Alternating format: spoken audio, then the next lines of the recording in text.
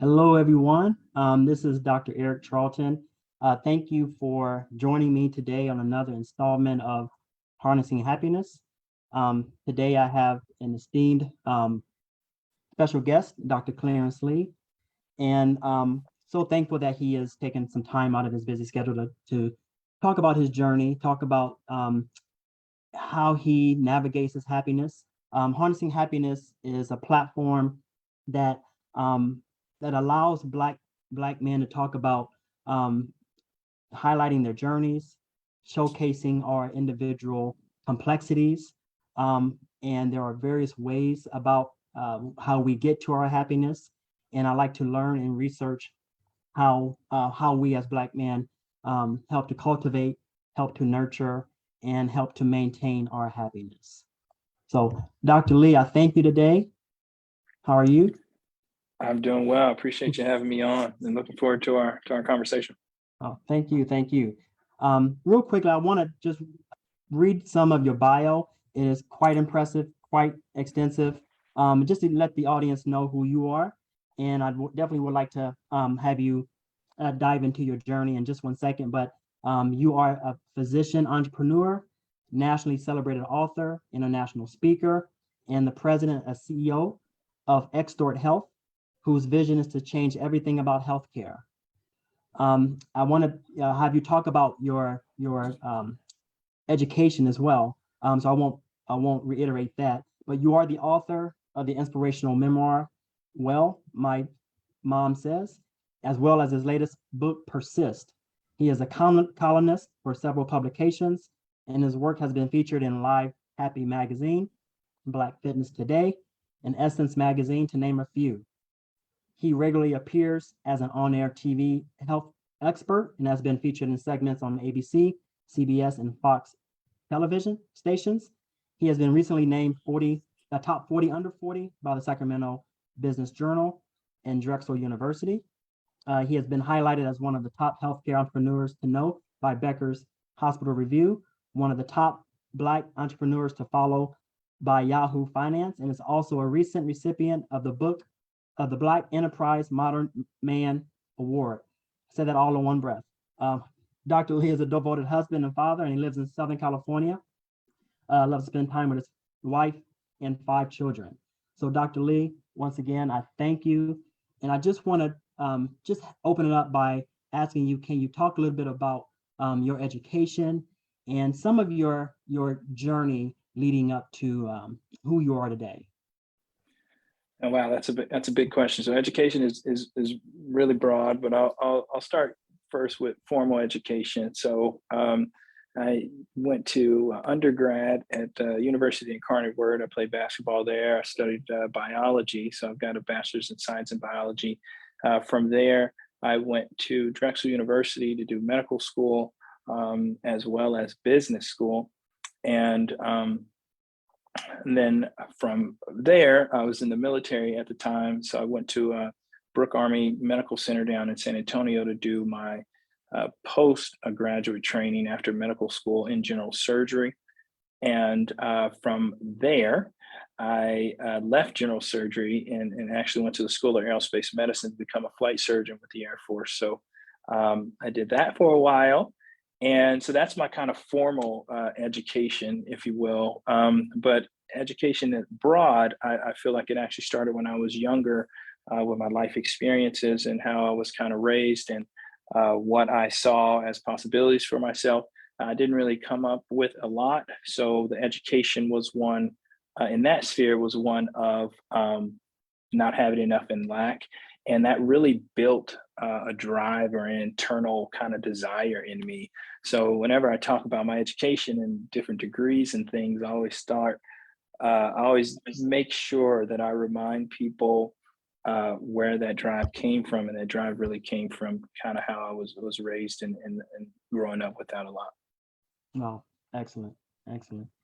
So, Dr. Lee, what defines your happiness right now?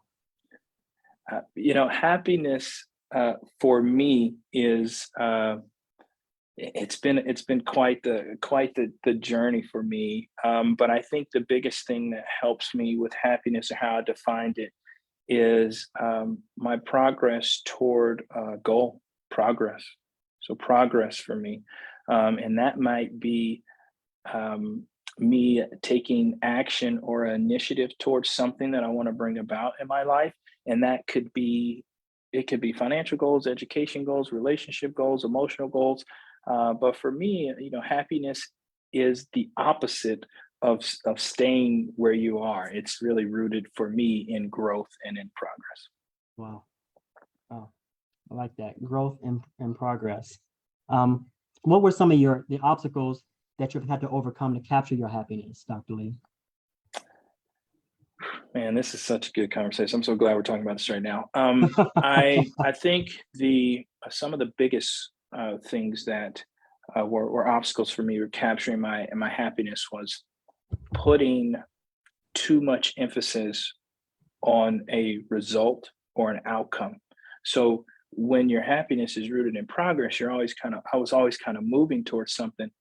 But I feel like the times when I actually lost my happiness or my happiness eluded me was when I put too much focus in an external outcome, meaning this had to happen in order for me to be happy.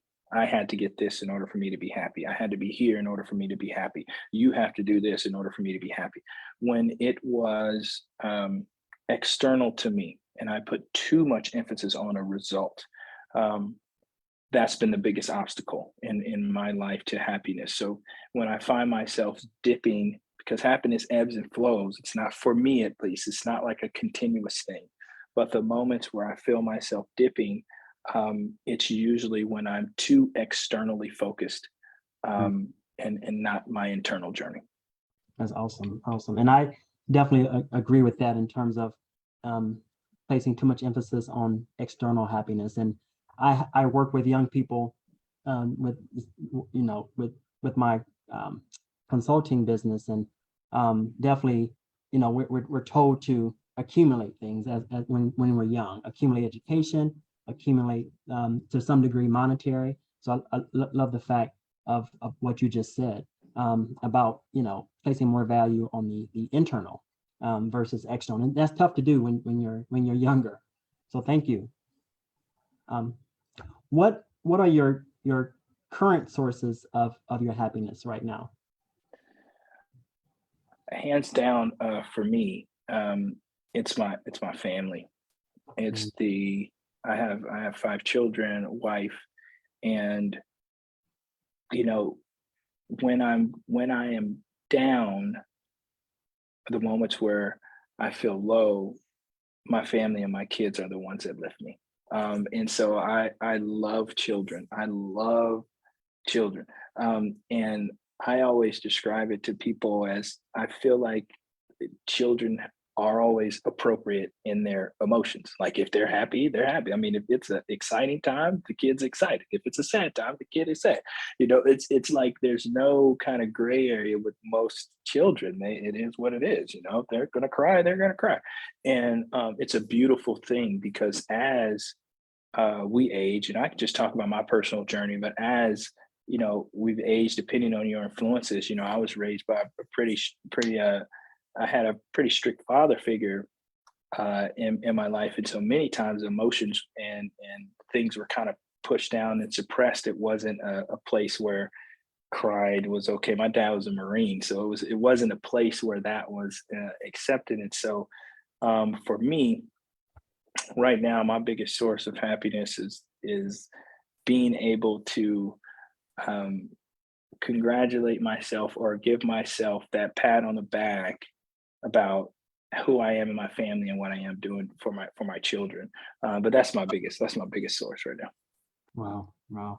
And I'm sure a lot of Black men can understand and relate to that um, suppression of our emotions. And like you just said, that's I think a shared experience. And we were, so many of us were taught to suppress things and just get over it, be a man, just shake it off. And it definitely, we're learning now that, yeah, when you suppress something, the body keeps a score, and it can get you sick. And also you're not your best self. So I thank you for that, that reflection. I want to ask you a little bit about your memoir, that Well, My Mom Says. Can you explain what it is and how that has impacted you and why you wrote it? Yeah, yeah. So going back to how, so the book is about conversations I had with my mom during kind of tough times in my life. So really pivotal moments. So each chapter is about kind of a pivotal moment that happened, a struggle that I was going through, and a conversation that I had with my mom that kind of either galvanized me or kind of gave me a appropriate perspective. Um, so the title, Well, My Mom Says, really I developed as a comeback to when people would ask me why I thought I could do certain things. You know, depending on the environment that you grow up in, what is appropriate as an aspiration it can be dictated by an environment. And so in my case, I'm the first 4-year college grad in my family. I'm the first doctor, first military officer, first college athlete. So there are many things that I wanted to do that weren't seen in my family or in the community. So I say that because I was challenged a lot. And so I'll give that backdrop so you understand why would somebody be saying, why do you think you could be a doctor? Well, if there ain't no doctors in the neighborhood, your dad's not a doctor, your family hasn't been to college, well, that might kind of come up as a question for somebody. And so I was challenged a lot when I freely kind of spoke about what I wanted to do. And so I came up with this comeback. Well, my mom says, and nobody is going to challenge what your mama said. Because if your mom said it, look, your mama tell you, your poop don't stink. You're like, well, my mom said, well, yeah, my mama said it. So I used to say, oh, well, my mom says I can do whatever I want. My mom says this, and that would kind of cut out the conversation from there. And so the story is really about the subtitle is Stories of Persistence, Faith, and Action, but it's really about developing a mindset that's going to allow you to overcome obstacles, allow you to grow a greater faith in yourself, and continue to take action. And so each story, each chapter, I talk about how I had a struggle, how I had to grow my faith, how I had to keep taking action, and then what the result of that was. Wow. I love that. I love that.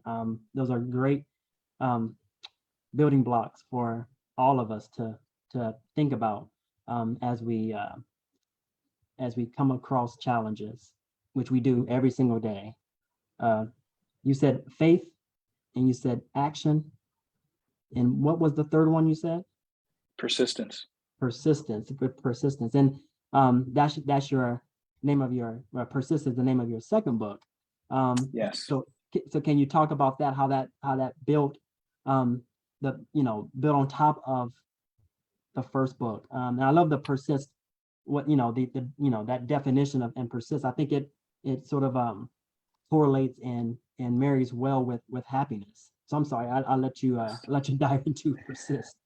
Yeah. So I started speaking initially. So before I even wrote my first book, I always had this kind of drive into me to encourage other people, and so that was one of the things that was a trait of mine that just kind of came naturally. I don't know if it was I was just always kind of like this optimistic type of kid. Like I was always the kid that was like, oh, I'm gonna, go to medical school. I'm gonna be a doctor. I'm gonna be, and I had this kind of optimism or this hope for the future that was there. And so as I ascended in academia or through my career, I started to see um, less and less people that looked like me in my circles. And so when I was a general surgery resident, I was the only Black male in the entire program. And so each year I had 5. So you got 30 doctors, 30 residents. I was the only Black male.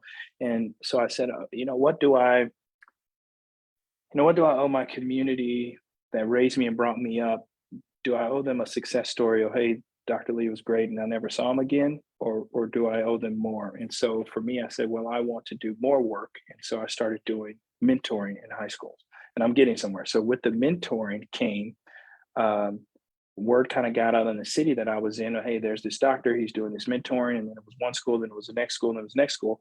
And then speaking opportunities came. Then I was sharing my story. Somebody said, hey, you should write a book. I wrote, Well, My Mom Says, okay. then I kept speaking. And as a speaker, the more you speak, the more crystallized your message becomes. And so then as I continued to speak and speak and speak, I realized that the core of my message was persistence. Like every single thing I was talking about, how to persist, how to persist. And so that's where the idea for the second book came. And so persist, the subtitle is How to Beat the Things That Make Us Quit. One of the things as I was speaking, I would always talk to people and they would always come up and tell me about their life and their journey and their dream, what they wanted to do. And most of the conversations would go, there's kind of three parts of the conversation. It would start off A, which is what they wanted to do. When I was younger, man, I wanted to be an astronaut or something. A would always be the component. And then the next component would be B. Then they would tell me the excuse that they told themselves to justify why they weren't living their dream. So then it would say, oh, I want to be an astronaut, but then this happened. I had a kid, or this guy took my spot, or this didn't work out. So it was always A, B, and then the last part was C, was this is the new compromise of life that I have now kind of justified for myself. So as I had more and more of those conversations, I kind of listed the top 10 excuses that I was hearing as I was going out and speaking. And it was things like, I don't have time. I don't know how. I don't have enough money. I'm comfortable. And so each chapter in Persist kind of goes after those top 10 reasons that people quit on their dreams, and I debunk them. So I basically go through and I provide kind of counter evidence, and I include exercises and strategies for people to use to overcome that in their lives. Wow, excellent. Hope everyone can get a copy of that. And I love the fact that I tell people all the time in terms of people start to believe the story that they write for themselves.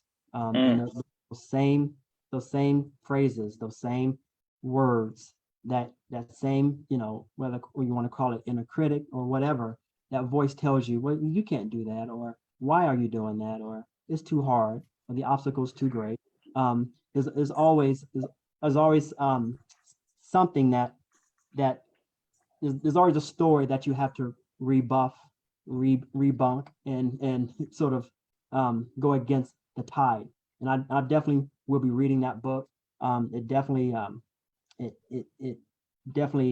some learning tools, I'm sure, that will help all of us think about happiness, think about how to grow our happiness. But in terms of other than the two books, what else has your wisdom taught you about your happiness journey thus far? So the things I would definitely want to include in the conversation are having a commitment or dedication to doing the things that fill me up, meaning the things that bring me joy. Spending time with my passions. And so for me, I'm a physician. I have a pretty good understanding of the body and how your activities, what you eat, what you do, what you say, how it can affect psychology and also can affect your physiology. And so one of the things that I learned really quickly is I was an athlete growing up, and that was a huge source of happiness for me, because me being physically active, going out, doing things, moving my body, elevated my mood. It made me more optimistic. I usually work out in the morning, so it starts a momentum for the day. I'm already winning in the beginning of the day, so I just want to continue to win because I've already kind of checked things off in my box. I'm winning already. It's 6 a.m. I already worked out. I prayed. I read my Bible. I did my affirmations. I'm winning already, and it's 6 o'clock. So one of the things that helped me is getting in a routine and being committed to the routine that makes you the happiest, or that leads you the closest to happiness. And so when I'm out of my routine, when I'm not working on the thoughts, my self-talk, my affirmations, affirming what I know to be true, when I'm replaying my failures in my brain, when I'm not moving, when I'm not active, and so that's my activity piece. And then the other components I want to make sure I talk about is actually food and your diet and what you're actually putting in yourself. So there's lots of good food, lots of tasty food, but there's foods that for me don't give me the most vitality. Lots of sugar. Things that are I don't eat red meat. I'm a pescatarian. I eat mostly vegetables. These things give me life. They make me feel good. One makes me feel good about what I'm eating, and also it doesn't bog me down. It doesn't make me feel tired. And so food is also a big piece of my happiness. So it seems like they're not connected, but for me, I know they are. So how I move, what I eat, what I'm consuming, there's other things that I know take me into a downward spiral, like alcohol. Alcohol for me, I cannot do it. If I drink alcohol, if I drink, especially if I drink too much, alcoholism runs in my family. I Mm, drink too much alcohol, it's my mind, my happiness is not there. So the consumption, so what I do or what I consume. And then the last piece for me when it comes to happiness is what I'm saying to myself. yeah. What I'm saying to myself. Well, how am I talking to myself? Am I speaking kindly to myself? Or am I beating myself up every day about how I didn't hit this mark? I didn't do this. You didn't do this. You missed this. You messed up here. You messed up here. I could talk to myself like that, but Yeah. I'm not going to be happy if I do, you know? And so it's having a commitment to that. And it took me years to recognize my patterns and also grow a commitment to where I was dedicated to doing that each day. And for me, the shift kind of happened when it's like, today matters. Okay. If today matters, then I want to do the best that I can in the beginning of my day to set myself up to win for that day. Yes, yes. If I care about today, then I need to set myself up to win. And Mm, if I'm doing the things that aren't setting me up to win, it's like I don't care about today. And so many times when you're in a low, when you're on a lull, and I've been depressed in my life, and many times in those moments, the routine completely left. I wasn't doing anything. I didn't feel like anything. And so after a while, you develop a commitment. So that's why I say a commitment, because you don't necessarily want to feel like it some days. I don't want to work out some days. Some days you just want to relax and have a few beers. Like there's gonna what you want to do and what you're committed to do are totally different. And so it's developing a commitment to uh, move for me, move my body, uh, be helpful in what the things I consume, help myself with what I consume, and then having an awareness of how I'm speaking to myself each day. awesome. Awesome. There's so many pieces of nuggets you just spoke about that I reinforce in some of the um, upcoming book that I am writing now in terms of the self-awareness piece, the self-care. You said, ex-athlete doesn't matter what you like to do. Like you said, you're an athlete, you can go for a walk, you can go skydiving, anything that brings you to a level of your authentic self, being, getting you Mm, back to yourself. Um, and also you say consistent, being, definitely being consistent. Are there things that we do on a normal basis that you have to uh, augment and shift to keep your happiness plan alive and going? So just so much to say, but you said it best, and you touched on so many things that I hold dear. But in terms of the next question, Dr. Lee, what what do you need to take away the rest of this year to add to your happiness? What do you need to remove to add? so I am an entrepreneur, and so I want my. I always had this idea that I wanted to own a business and work for myself, but I've been an employee the majority of my life. And since I've become an entrepreneur, oh my goodness, like my commitment to my mental health and my mindset has just quadrupled, I'd probably say, because when you're an entrepreneur, there's ebbs and flows. There's good days, bad days. Some days you make a lot of money, other days you don't make money. And it's like this, all the time in entrepreneurship, especially for startups. Um, and so my answer to your question would be, one of the things that drains me now as an entrepreneur is this over consumption, even when I'm off of work, even when I'm not working. And so it's easy when you're the CEO and you're making all the decisions, uh, close up shop, but not close it up here, Right. right? And Right. so be working continuously, not at work, but still working in my mind, worried, consumed about what's happening. And so for me, that's a great question and a great challenge, but it popped up immediately was let it go when I'm off. When I'm off, I'm off. Shut it off, shut that thing off. But yes, I would definitely, that's my challenge for myself to let go for this year is that worry. Once I cross that threshold and I leave this building, I'm off. It's the next role, it's the next kind of focus with my family and who I am. But yeah, I'd probably say that's what I need to do um, is letting that kind of worry go. Once worry, concern, overworking my brain when I'm off work. I'm sure. I'm It's a sure being a physician entrepreneur, that is something else. I know it's a heavy burden, heavy lift to load. Um, Something you mentioned earlier about my background is radiology. I started off as a radiology tech and traveling across the country. And something you said about being the only minority, being the only male, or being the only. What would you tell any young person, any minority student who is in one of these healthcare programs, whether it's medical school or whether it's a postdoctorate, whether it's it could be nursing.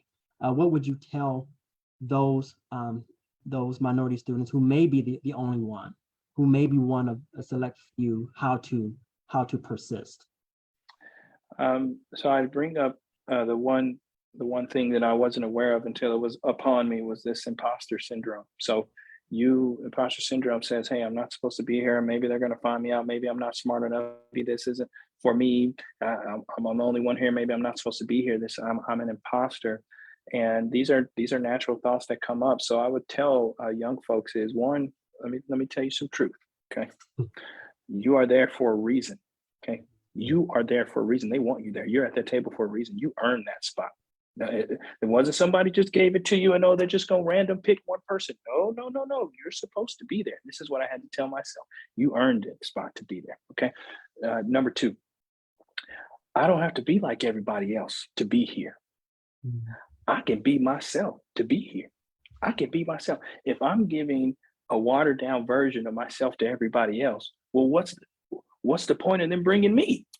If soon as I get there, I want to be like everybody else. What's the point of them bringing me? So the second thing I would tell is validate yourself, your full authentic self. Show up as yourself.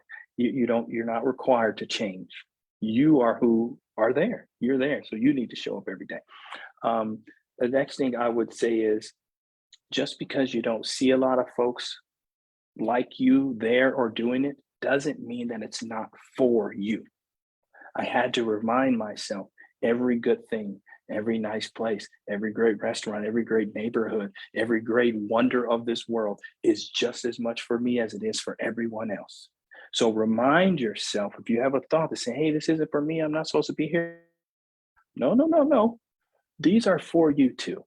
Even if you don't see yourself in the crowd or everywhere, it's for you too. And man, I give lots of talks about this because it is something that needs to be. You need to speak to it. You need to validate how young minorities are feeling in some of these educational institutions. How you feel kind of in a vacuum and isolated. You got to validate how you're feeling. You need to validate that somebody has come through you and felt the same exact way. Because once you hear that somebody else is going through the same thing and felt the same way, it validates you. Oh yeah, well everybody felt like that, and that's a great thing. That's a great thing.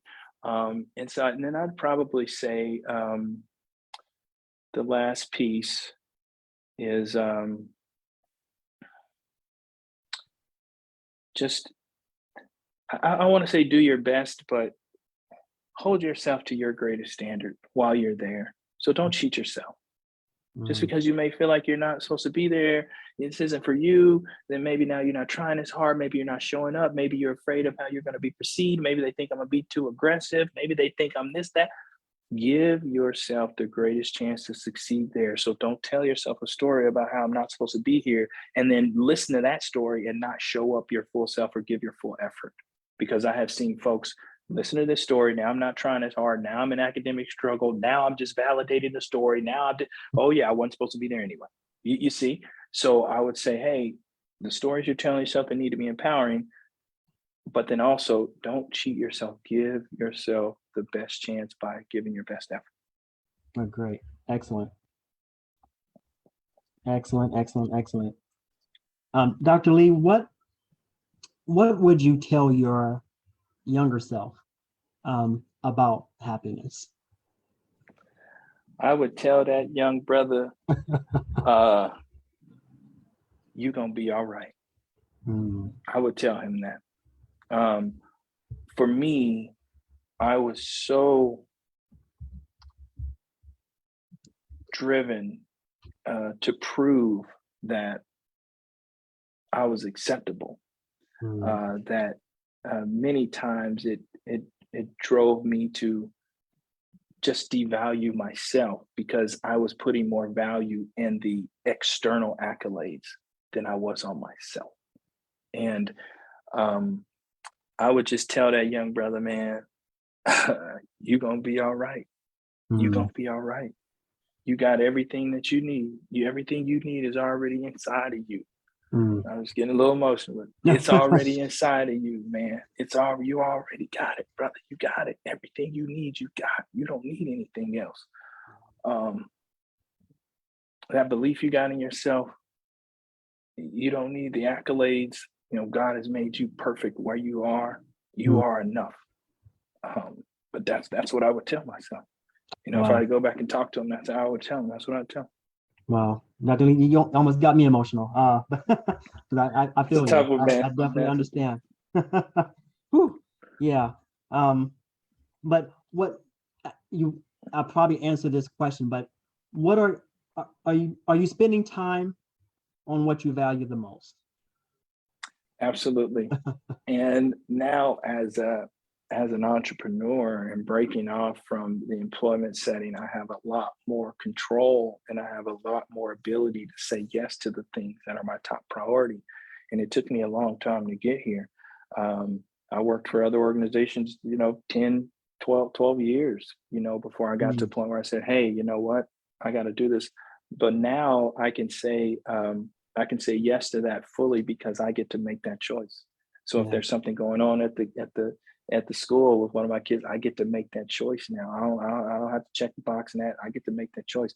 If I need to leave early and make the football game, I get to make that choice. And so now I act. Everybody has their priorities. And before I leave this conversation, I want to empower people. Everybody has their own priorities, but when can you actually make your priority the priority? Mm, yes. Making it the priority. Okay, I asked you what your priorities are. Okay, cool. You're gonna say my family, this.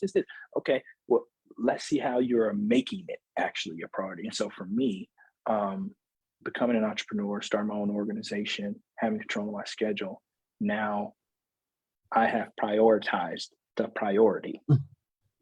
So if you're asking me to do something, first priority is first.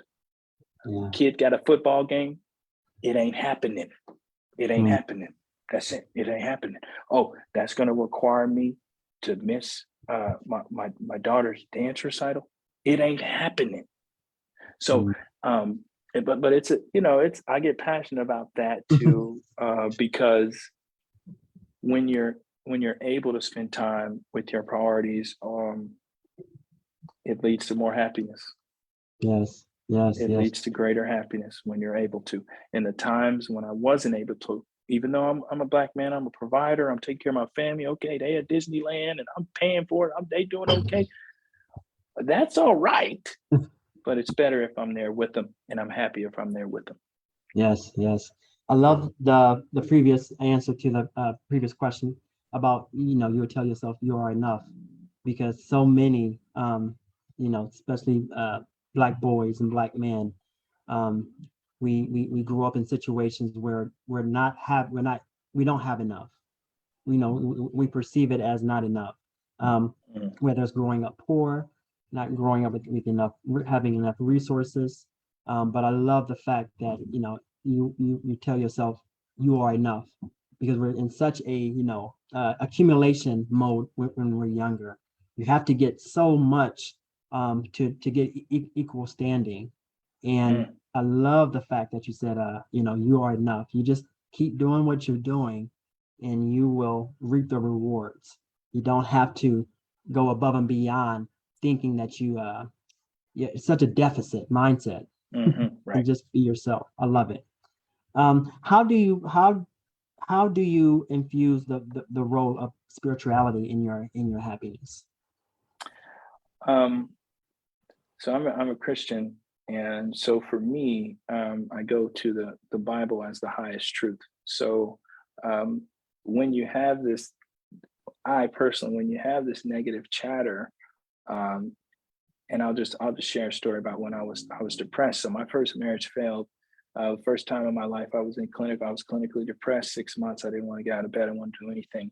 And it's because I was living my worst nightmare. I was away from my first child.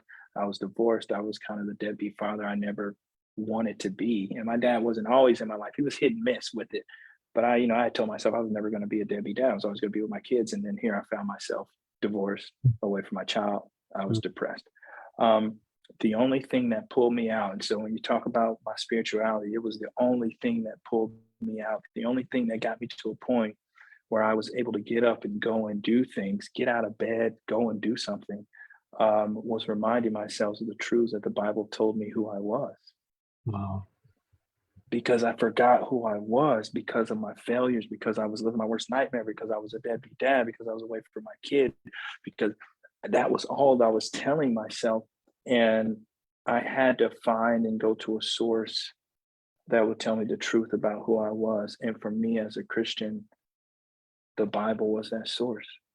And so then it changed my narrative about myself, changed that, hey, I'm not this deadbeat. I'm a child of a king. I'm a child of the king. He's like, no, I'm not, you know, I'm I'm not this deadbeat loser. Like, no, I'm more than a conqueror. Hmm. So it was this kind of shift in how what I was reminding myself about myself. But for me,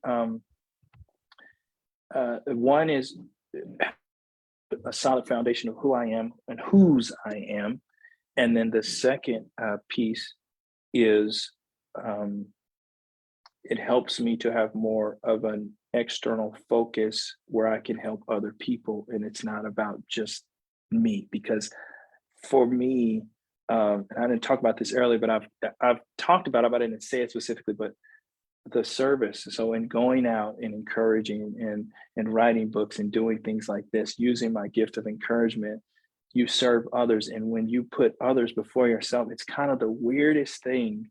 But that is part of my happiness formula, is actually being of service to my community and using my gifts to enhance the world. That's part of my happiness formula. And for me, that is really rooted in um, Jesus Christ's compassion for other people. And so if I'm following him, it leads to want or to desire to have compassion for people. And so if I have more compassion, um, then maybe my problems aren't as big as I have said they are. Maybe I have the opportunity, even in my mess, even in my missed goal, even in my projection not going the way it went, maybe I could find someone else that I could help, Yeah. you know? And so that for me, that drive for me is really rooted in the examples that I get from the Bible, how Jesus lived. Mm. Excellent. Thank you for sharing that piece of wisdom. Um, how has how did the COVID-19 pandemic affect your entrepreneurship? Man, look here, bro. That it was it was the biggest catalyst. It was the biggest shift in my life when it came to how I made money, how I lived, employment. Um, the pandemic was the catalyst for me to break off and start Exhort Health. That is when I went full time. Entrepreneurship was right in the middle of the pandemic, and it was for a couple of things. But one, physicians typically are in the employment. They're typically employees. They don't have equity in the organizations that they practice medicine for, and so I began to see private equity was creeping into my profession. How you can have a hospital telling doctors what to do, and doctors doesn't have ownership; they're just taking their salary. And so the pandemic really kind of opened my eyes to um, the sacrifices I was making. Okay, Mhm. for my employer or for the organization that was paying me. Here are all the sacrifices I'm sacrificing. Middle of the pandemic, I'm sacrificing my health. I'm Yes. sacrificing I'm sacrificing bringing COVID home to my family, my kids, the people that I care about the most. I'm sacrificing that. Mm, In the middle of the pandemic, you want me to see more patients? You want me mm, to put in more hours? Oh, I'm a doc, so we just supposed to be their frontline heroes. Like you can't take care of yourself. We need you here, doc. Like what? Oh, you want to take a day off? There's people dying right now. You got the skills to help them. You, mm, you see, so in the middle of the pandemic, it was really kind of like, wow, if if I do not make myself a priority, if I do not make my mental health a priority, and we're gonna, I just want to throw this in there, but the highest rate or the number one killer of residents, physicians in training, um, is either, I know it's top three. I want to say it's the top. It's suicide. It's when you see what kills residents, doctors in trainees, not medical students, but once you go into residency, doctors in training, you top three things that kill them, suicide is up there. And it's kind of part of the drive that gets put on us and expectations that gets put on us as providers, and we're altruistic and we want to help people. And then when you're in that kind of role, you end up sleeping less. You don't get your sleep because you got to stay up. You don't eat your food because you got emergencies and people need you all the time. You put yourself last, right? And you put your patients first, and nobody is going to have a problem with that, right? But how are you supposed to handle that? Now, how are you supposed to be the best show up for your patients if you ain't getting sleep, you drinking Red Bulls all night? Like how can you perform the best procedure if you're not taking care of yourself? And so the pandemic really just put some high beams on that for me. And I said, hey, if I'm going to practice medicine, I've got to do it in a way where I can support my mental health, I can support my emotional health, I can make the things a priority in my life, and also mm. I can build an organization where I can do that for other healthcare providers. And so my little motion sensor, Yes. um, but so that's really that was really the catalyst for me. So I don't know if I would have gotten here this fast if it wasn't for that pandemic. Wow, wow. And I conducted my PhD research in the middle of the pandemic. I interviewed physicians in urban community health centers, and Mm, what you just said was, definitely correlated with what they were saying about, and they were talking in terms of moral injury of, mm, working in a system sometimes that doesn't always benefit the worker or benefit the servers. So yeah, definitely, it was a tough time for them, and I can definitely understand. But it's refreshing to know that you used it as a catalyst for something better, for something louder, for something that resonated more with you. And I love your platform. I love the fact that you are helping provide another way, another possibility for physicians in particular. absolutely. Love the aspect of, you know, just creating alternatives and just not saying no to this is how we've always done it. This is how it's Mm, always been done, and we can't. And I love the fact that you say, what if? yeah. I love it. Um, so, Dr. Lee, I thank you for your time again. Do you have any parting lessons or words or something you would like to say? Yeah, in the conversation of happiness, I would just encourage the listeners, folks that are watching this video, that at the end of the day, I have found that happiness is something that I have to choose. I have to choose um, to be happy and to do the things that support my happiness. So it's not as simple like, oh yeah, I'm going to choose to be happy right now, no matter what's going on. But it's when I choose happiness, what comes with that choice. So in me choosing happiness, okay, I'm going to protect my happiness. So I'm doing things different and I'm making different choices. So I just want to encourage folks where you are. If you're in a point where you're low or you're a point where happiness is not there, you want to be happier. Um, I would encourage you to make the choice and then act in ways that are consistent with that choice. Love it. Love it. Love it.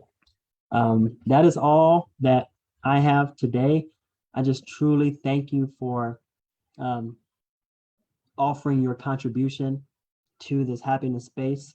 You have definitely added another layer, another piece to my day in terms of definitely, you know, I love hearing from other people's stories, and your story is in particular very refreshing. It's deeply emotional.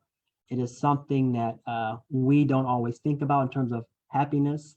And I love the choice. It is definitely a choice that we all have to make in spite of whatever comes our way. So I truly thank you again for the time that you have. I know you're busy, that you get back at it, and hopefully I can speak to you again at a later date. I've enjoyed it. Absolutely. I've enjoyed it as well. Thank you, bro. Thank you. Take care.